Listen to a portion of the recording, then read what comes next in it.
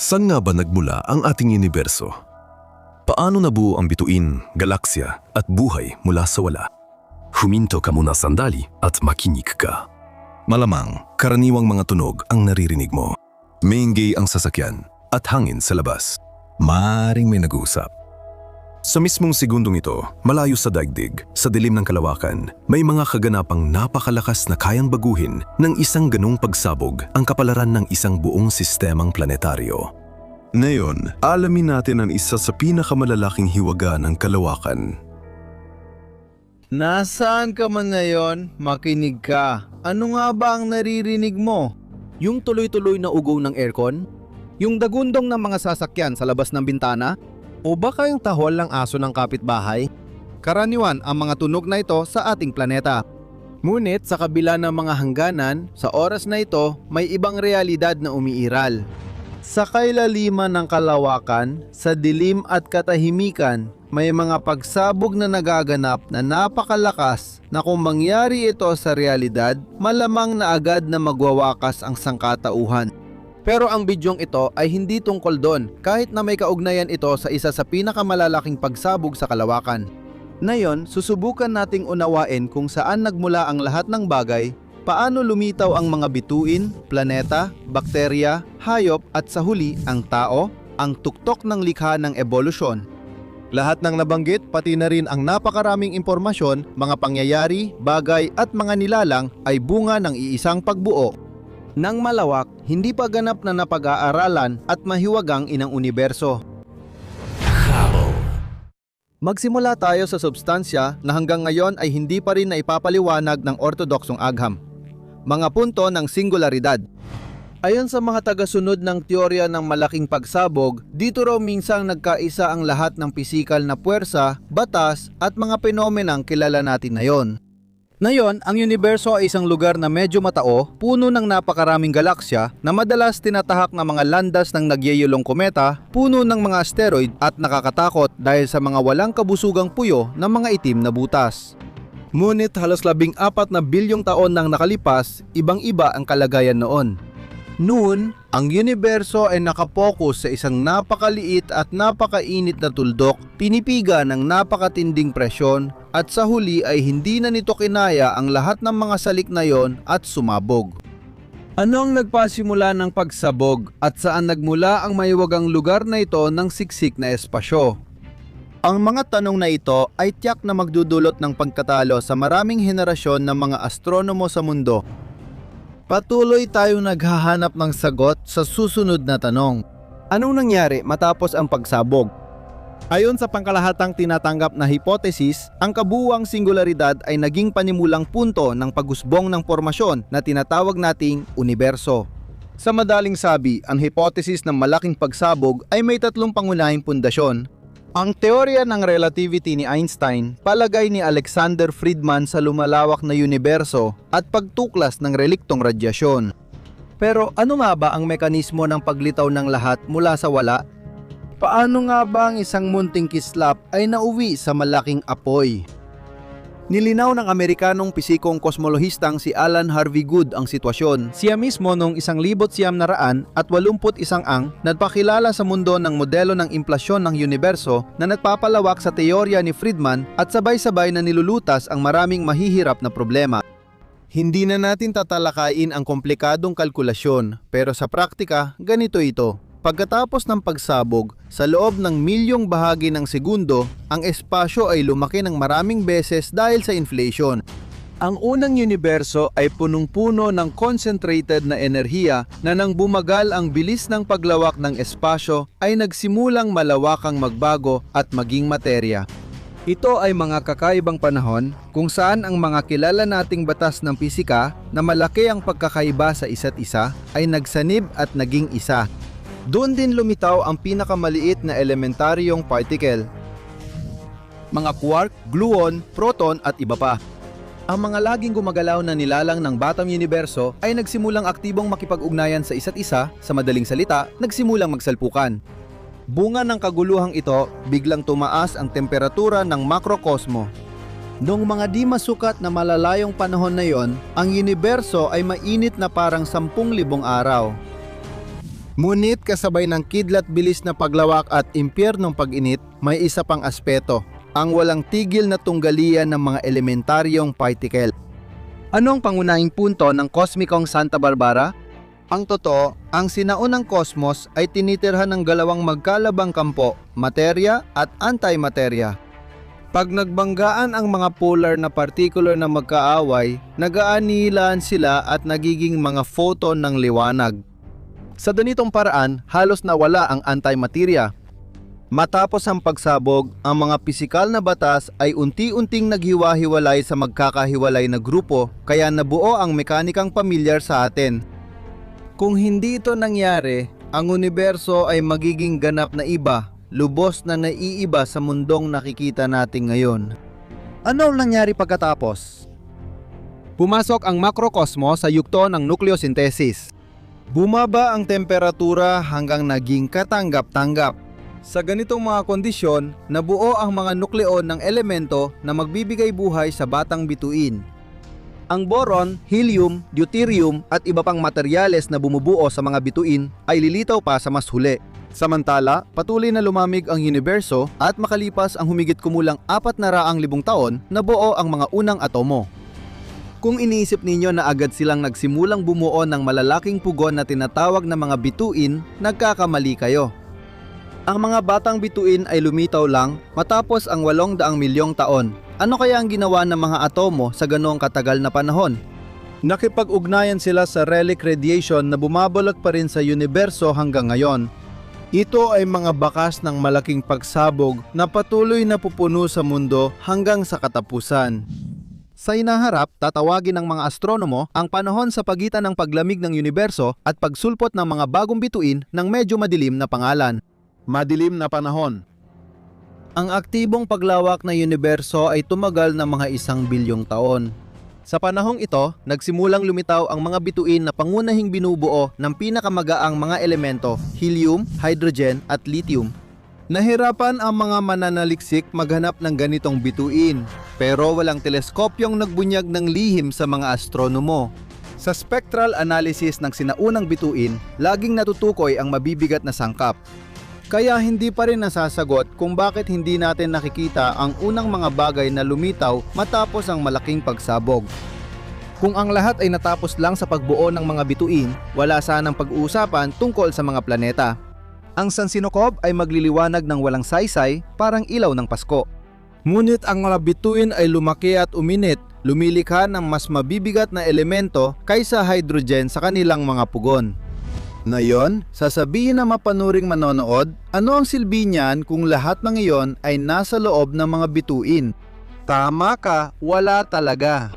Pero kung hindi lang dahil sa isang bagay. Ang malalaking bituin, kapag naabot na nila ang critical na masa at temperatura, ay nagsisimulang sumabog, naglalabas ng napakaraming mabibigat na elemento sa vacuum tulad ng bakal, phosphorus, sodyo, calcium at iba pa. Ito ang mga blok ng Lego ng Sansinukob, kung saan kalaunan ay nabuo ang mga planeta. Sabi nga nila, madaling magkwento pero mahirap gawin ang gawain. Lumipas ang mahigit 7 bilyong taon bago sa galaksyang Milky Way malapit sa isang napakalaking bola ng gas na tinatawag nating bituin na ang pangalan ay Araw, nabuo ang isang sistemang planetaryo kung saan ang isa sa mga bagay ay napunta sa isang napakagandang posisyon sa tinatawag na Goldilocks Zone. Sa planetang iyon, hindi masyadong mainit at hindi rin masyadong malamig kaya't malayang nakakapag-alon ang mga karagatan sa ibabaw nito. Sa kabutihang palad, sa panahong yon ay unti-unti nang nababawasan ang mga kalat sa kalawakan na naiwan matapos mabuo ang solar system. Dahil dito, hindi na palaging binubomba ng mga bagay mula sa labas ang mga planeta, kaya unti-unting lumamig at tumigas ang kanilang mabatong katawan. Dito na tayo sa isa pang hindi pa nalulutas na misteryo. Sa walang buhay na karagatan ng mundo, sa hindi tiyak na paraan, nabuo ang mga anaerobic na bakterya. Hindi masamang itanong ito kay Dawkins. At agad din silang kumilos na parang may-ari, pinupuno ang atmosfera na mayaman sa carbon dioxide ng mga atomo ng oksiheno.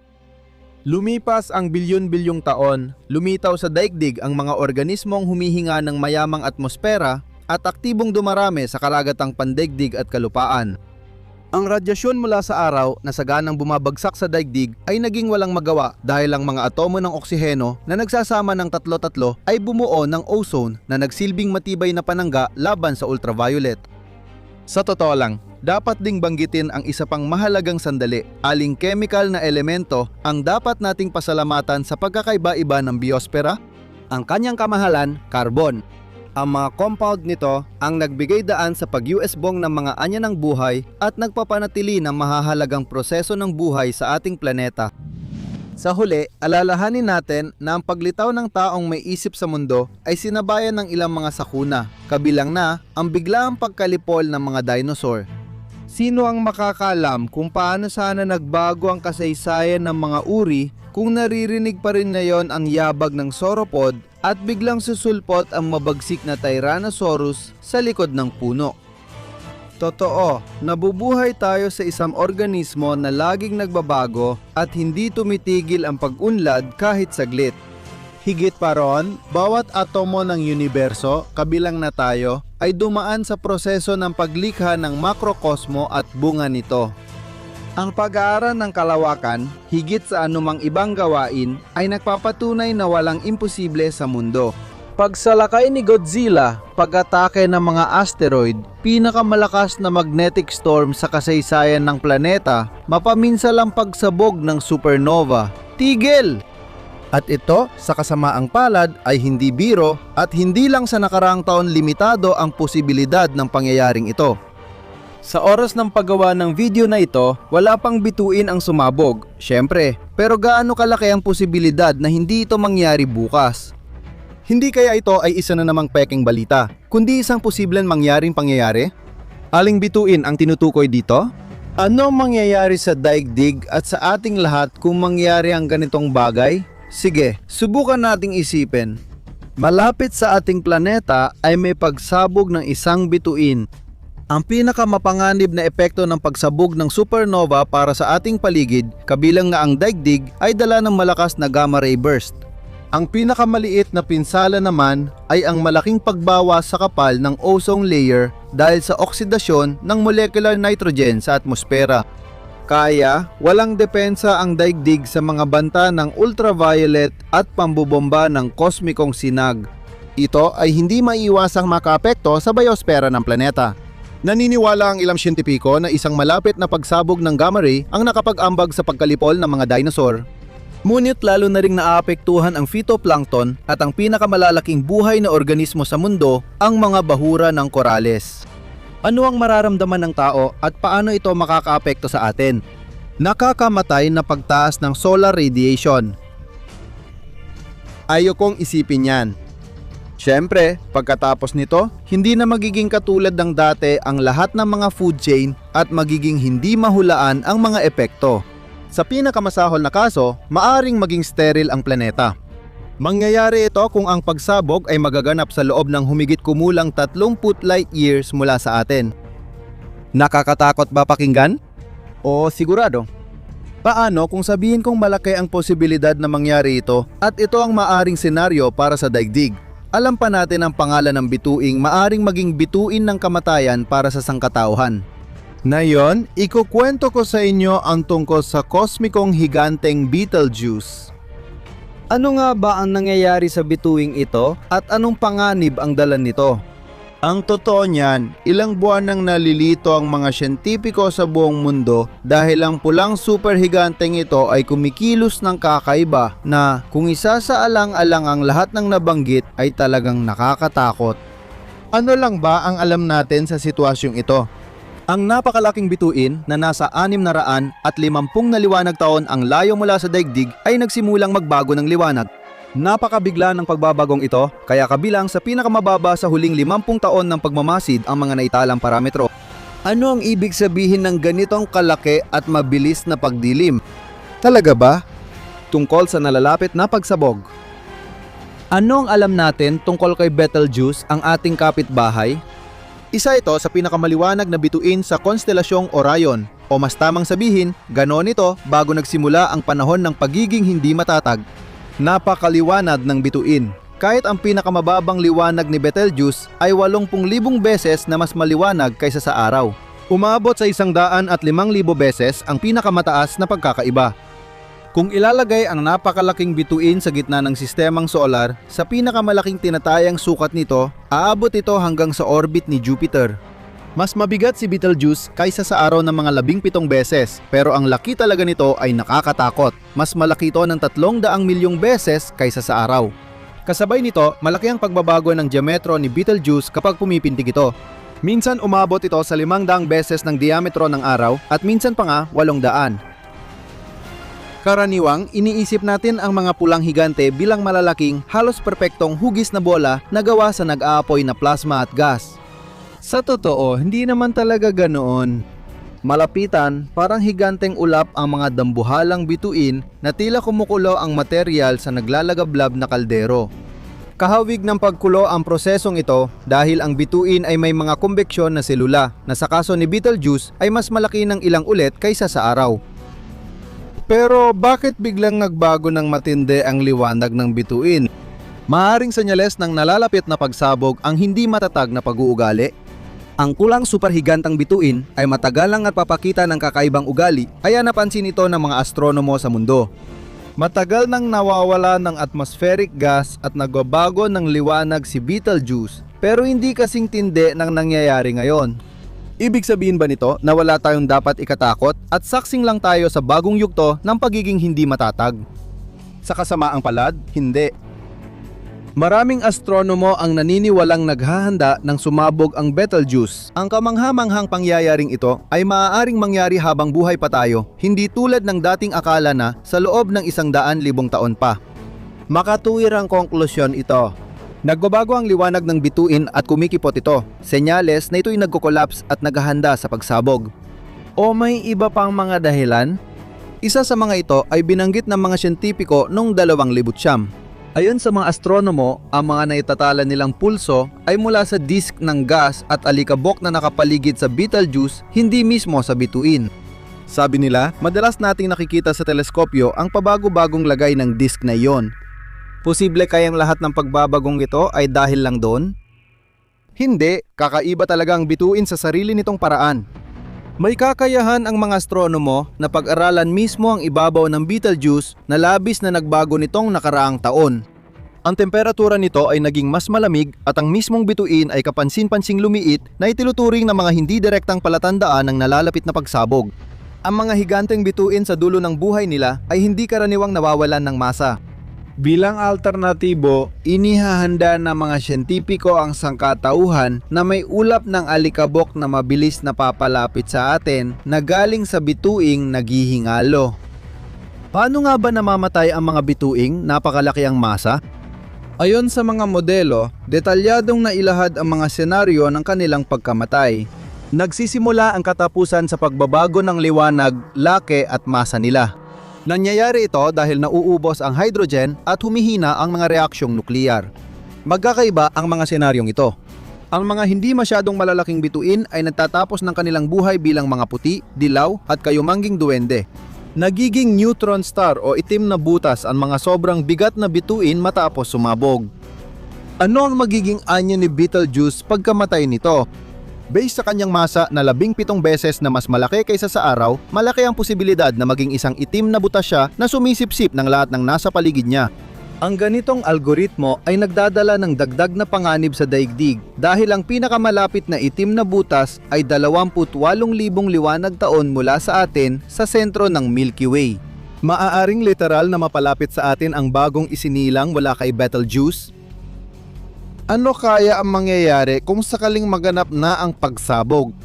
Siyempre, kapag namatay ang araw, tiyak na mawawasak ang ating sistemang planetaryo.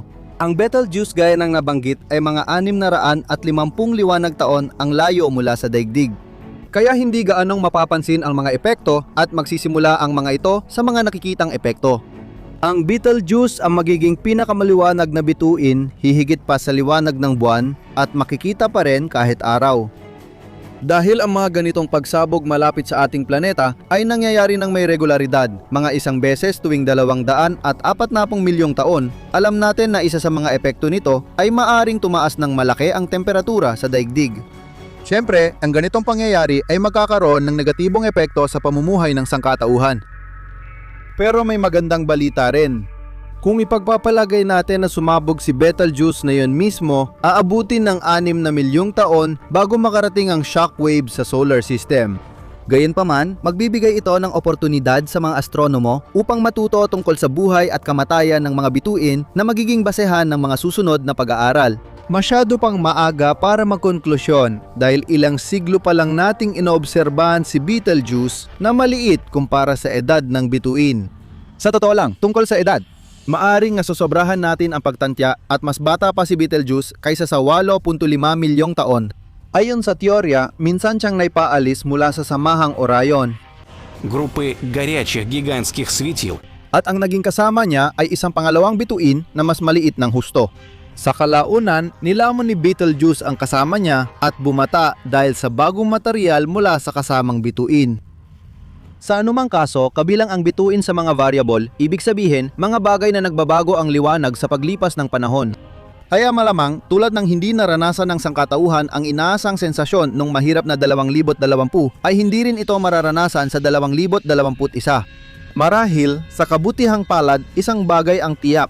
Sasabog si Betelgeuse ng may 90% na posibilidad. Ngunit aabutin pa ng hindi lang 1,000 taon bago ito mangyari. Tayo ay nabubuhay sa isang makasaysayang panahon na puno ng mahahalagang pangyayaring tiyak na maisusulat sa kasaysayan.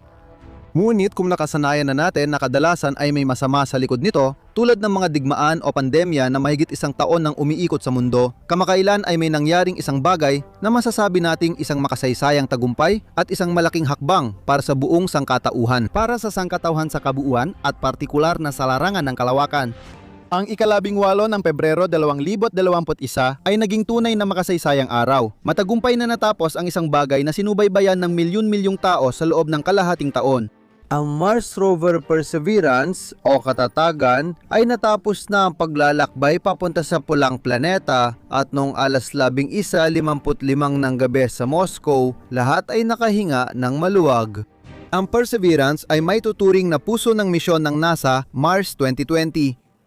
Ang kahangahangang rover ay nag-umpisa mula sa baybay ng Florida sakay ng Atlas V rocket noong Hulyo 30, 2020.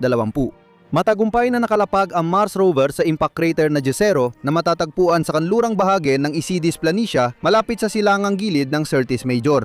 Kagiliw-giliw dahil ang crater mismo ay naging lawa noong nabubuo pa lang ang sistema ng mga lambak ng ilog sa Mars.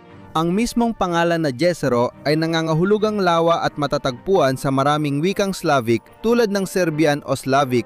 Nakuha ng Mars rover ang pangalan nito na nangangahulugang pagpupursige mula sa isang pambansang paligsahan ng mga estudyante. Ang natatanging pangalan ay naisip ni Alex Mizer, mag-aaral noon sa ikapitong baitang ng Lake Braddock Middle School sa Burke, Virginia. Ang pagpupursige ay isang makapangyarihang salita ayon kay Tomas Surbuken, Deputy Administrator ng Direktorato ng Siyentipikong Misyon ng NASA noong Marso 2020 sa seremonya ng pagpapangalan sa Mars rover. Ito ay tungkol sa pag-abot ng progreso kahit na may mga hadlang. Ang paglulunsad ng Mars rover ay kamanghamangang patunay ng pagpupursige at kakayahang lampasan ang mga hadlang. Sana maalala ninyo na mahirap makarating sa Mars hindi lang dahil sa distansya. May tinatawag na window of opportunity, panahon kung kailan pinakamaliit ang distansya ng daigdig at Mars. Bihira lang mangyari ang ganitong tsansa, minsan lang, kada 26 na buwan para sa mga misyon sa Mars. Kaya pursigido ang NASA na maipadala sa tamang oras ang rover mula daigdig. Mahirap na ang gawain, lalo pa itong pinahirap ng coronavirus pandemic na nagbago sa mga protocol sa paggawa, pagsubok ng kagamitan at kaligtasan ng koponan. Alam mo ba, naging matagumpay sila. Matagumpay na nakalapag ang rover at agad nakapagpadala ng 2 larawang may kulay mula sa Mars. Una, selfie ng gulong niya. Pangalawa, ang ibabaw ng Mars ay hindi masyadong pula, mas kulay abo ito.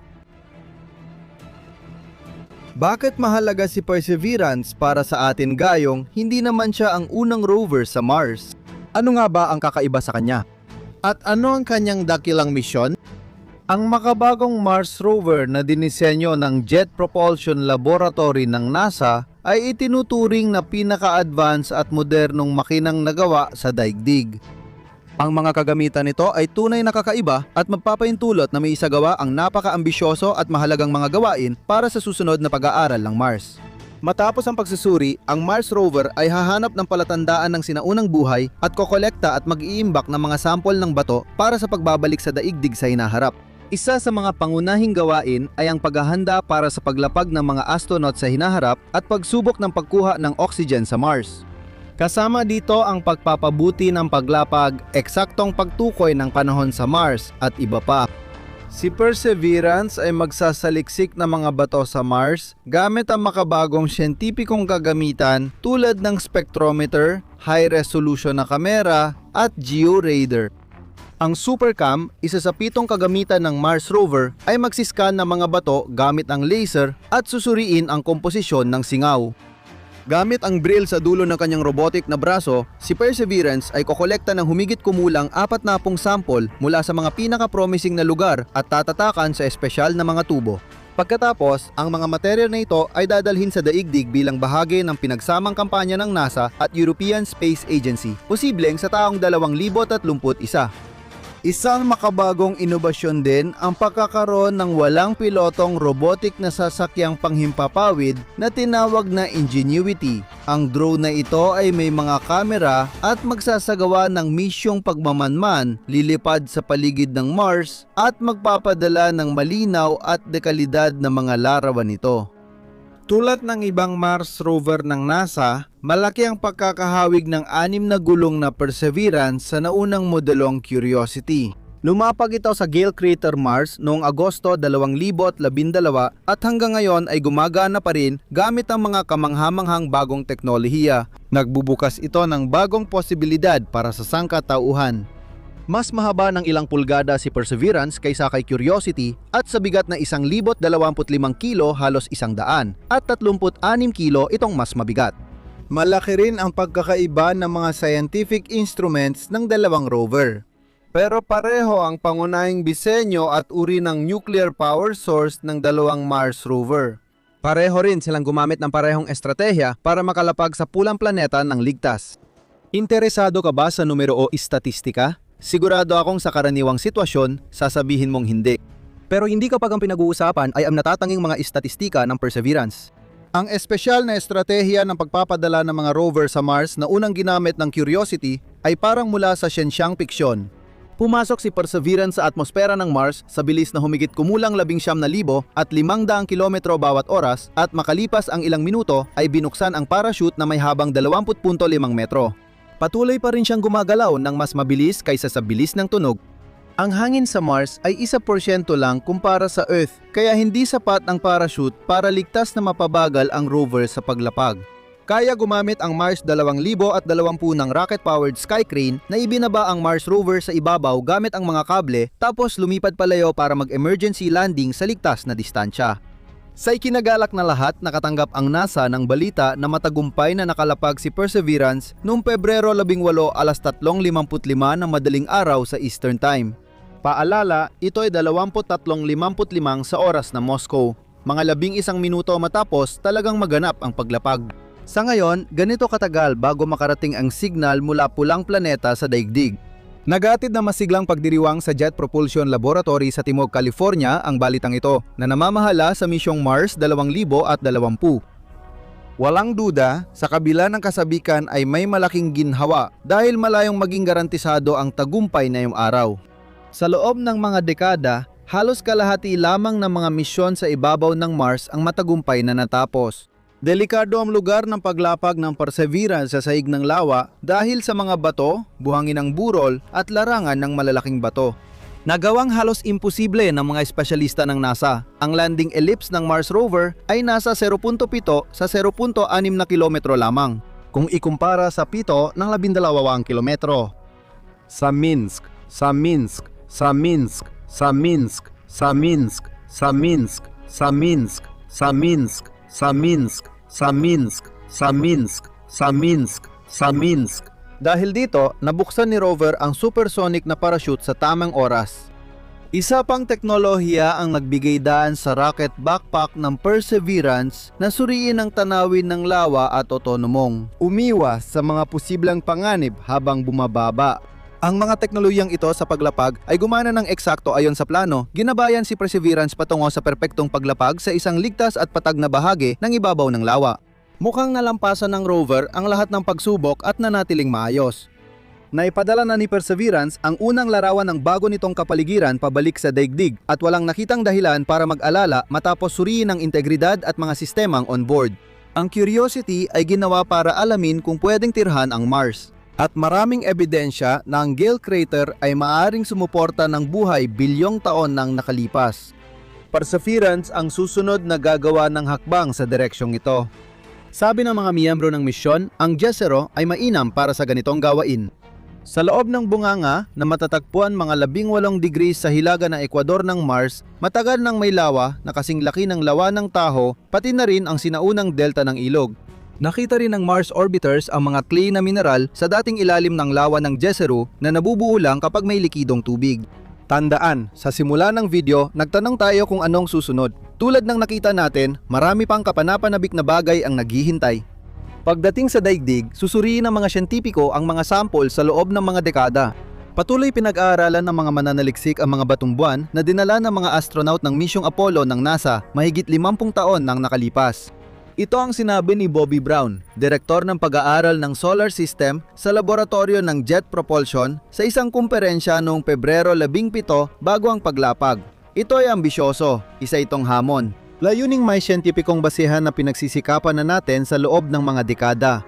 At ngayon, abot kamay na natin ito. Sana nga ganoon nga ang mangyari. Malaking tsansa ng Perseverance na mapabilang sa kasaysayan ng Mars dahil sa mga tagumpay nito. Ngayon, bibisitahin natin ang isang malayong planeta na namumukot tanging sa gitna ng patay na vacuum kapag tinitingnan sa teleskopyo. Ito ay Uranus, isang malayong at malamig na mundo na natuklasan lang ng tao sa huling bahagi ng ika-18 siglo. Pinangalanan ang planeta alinsunod sa pagpapangalan sa mga kalapit nitong planeta. Mas tama mula sa pananaw ng kanilang mythological na kaugnayan. Si Saturno ay ama ni Jupiter at si Uranus ang kanyang lolo. Ano ang unang makikita na manlalakbay mula daigdig sa Uranus? Habang lumalapit sa kapitbahay ni Saturno, mapapansin ng kosmikong turista na may mga singsing din ang planeta. Ngunit mas simple ito kaysa kay Saturno. Ngunit din pa man, umaabot sa 11 ang bilang ng mga patong ng mga ito. Ang kakaiba kay Uranus ay umiikot ito na parang nakahiga sa kanyang tagiliran. Malamang, ito ay resulta ng isang matinding banggaan na nangyari noon pang matagal na panahon. At ang bagay na tumumba kay Uranus ay dapat mas malaki pa kaysa sa daigdig. Sa totoo lang, ito rin ang dahilan kung bakit baligtad ang pag-ikot ng planeta sa sarili nitong aksis. Isang napakalaking karagatan ng hydrogen at helium ang agad sasalubong sa mga taga-daigdig na pupunta sa Uranus. Huwag kalimutang isuot ang espesyal na spacesuit. Agad dadapuan ng matinding lamig ang tao dahil umaabot sa -200 degree ang temperatura sa ilalim ng ulap. Ang temperaturang ito ay hindi ganong malayo sa absolute zero na -273 degrees. Nakakabagot at matagal maglakbay dito. 4 na beses na mas malaki ang diametro ng planetang ito kaysa sa mundo, umaabot sa 51,120 kilometro. Ang manlalakbay ay sasalubungin ng makakatulad na tanawin, karamihan ay mga tanawin ng nagyayilong karagatan. Ano nga ba ang pinakakamangha-mangha sa gas giant na ito? Dahil sa kakaibang ikot ng Uranus, natatangi ang tagal ng pagsikat at paglubog ng araw dito sa solar system. Para makita ng turista ang tanawing ito, mas mainam pumunta siya sa isa sa mga polo ng planeta. Doon, kailangan niyang manatili ng 42 taon dahil ganoon kahaba ang isang araw sa Uranus. Sa loob ng 21 taon sa Earth, ang maliwanag ngunit napakaliit na bituin na nakasanayan nating tawaging araw ay dahan-dahang gumagapang papunta sa tuktok ng langit. Pagkatapos nito, bababa naman ito sa abot tanaw sa ganoon ding katagal. Maliit ito dahil 3 bilyong kilometro ang layo nito mula sa araw papunta sa abandonadong mundo. Kaya naman ang isang taon sa Uranus ay katumbas ng 84 na taon sa Earth. Sa totoo lang, halos katumbas ito ng karaniwang haba ng buhay ng tao. Kaya sa mundong ito, ang edad ng mga taga-Earth ay hindi lalampas sa 1 taon. At kapag umabot ka ng 1 taon at 2 buwan, maaari ka ng ituring na may mahabang buhay. Kung limitado ang bakasyon ng turista, may mga lugar sa mundo na mas maikli ang araw. Halimbawa, sa latitude na 60 degrees, ang araw at gabi ay umaabot lang ng 28 taon. At sa ika-30 latitude, umaabot lang sa halos 14 na taon ang araw sa Uranus.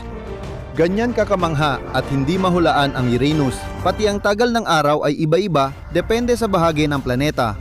Maaari mong hangaan ang mga buwan ng Uranus hanggang magsawa dahil may 27 ito. Hindi man ito kasing dami ng 64 na buwan ng Jupiter, may mapagmamasdan pa rin. Mas malupit ang lamig sa mga buwan ng planeta kaysa sa Uranus mismo. Mga patay na mundo ito, milyong taon ng tahimik at umiikot sa kalawakan. Ang Titania, ang pinakamalaki sa kanila, may diametro na humigit kumulang 1,500 kilometro. Hindi nirerekomenda ang pagbisita rito dahil umaabot sa 213 degrees ang temperatura. Ang yelo rito ay naging matigas na mineral dahil sa matinding lamig parang diamante. Pag alis mo sa Uranus, huwag kalimutang mag-iwan ng barya doon para siguradong makabalik ka sa kahangahangang mundong ito. At siguraduhing mag-subscribe sa amin at mamangha sa kaalaman ng iba. Ang malaking like sa video na ito ay magpapabilis sa paglabas ng mga susunod na episode. Samahan kami, tinutuklas namin ang universo sa panibagong paraan.